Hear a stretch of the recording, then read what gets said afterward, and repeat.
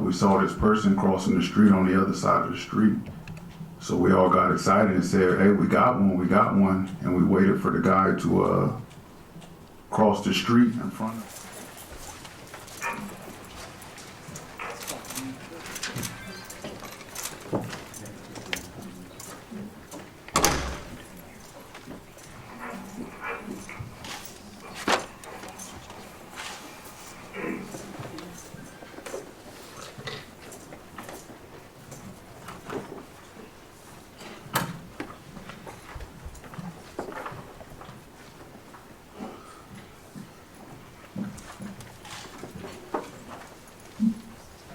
Please rise. Do you solemnly swear or affirm that your testimony will be the truth, the whole truth, and nothing but the truth? Yes, I do. Be seated. For the record, state your full name. William Z. Holmes Sr.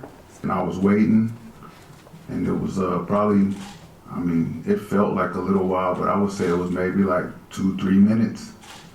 And I was debating whether or not to get out the car because I felt like they were taking long, and I opened up the car door.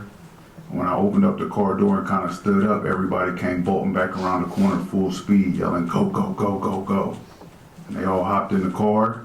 I pulled out, I made a right, and I went across Airport Way, heading kind of towards, I believe there was a pawn shop right there, and Lathrop High School was off to the right. My memory serves me correct.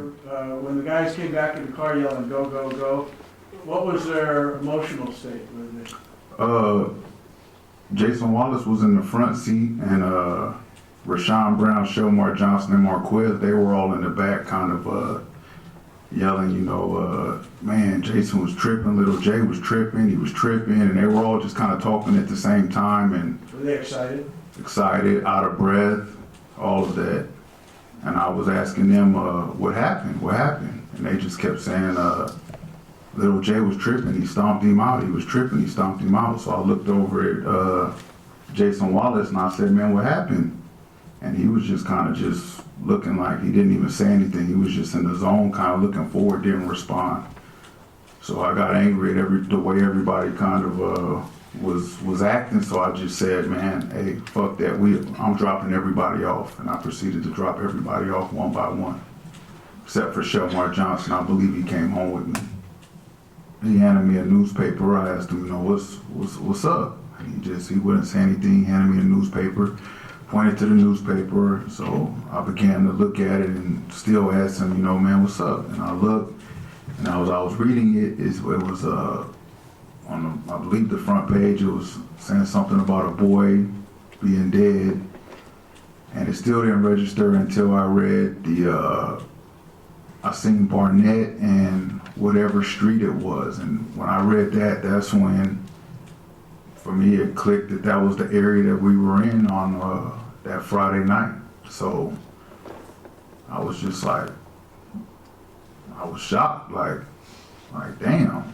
So I was just like, man, you know, so I was just like, I was in shock. I was like, so we were both kind of, I was just like, that's when he began to talk and just say, hey man, you know, everybody gotta be quiet, and then he said, you know, if everybody ain't quiet, we're gonna have to kill the others.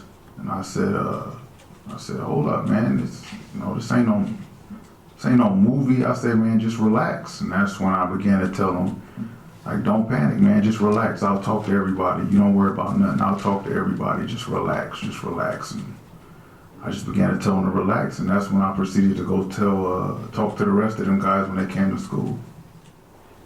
So all of that comes in for the truth of the matter asserted. But Mr. Holmes did all of those That Mr. Holmes experienced all those things and did all those things, observed all those things, is direct evidence. It's not hearsay.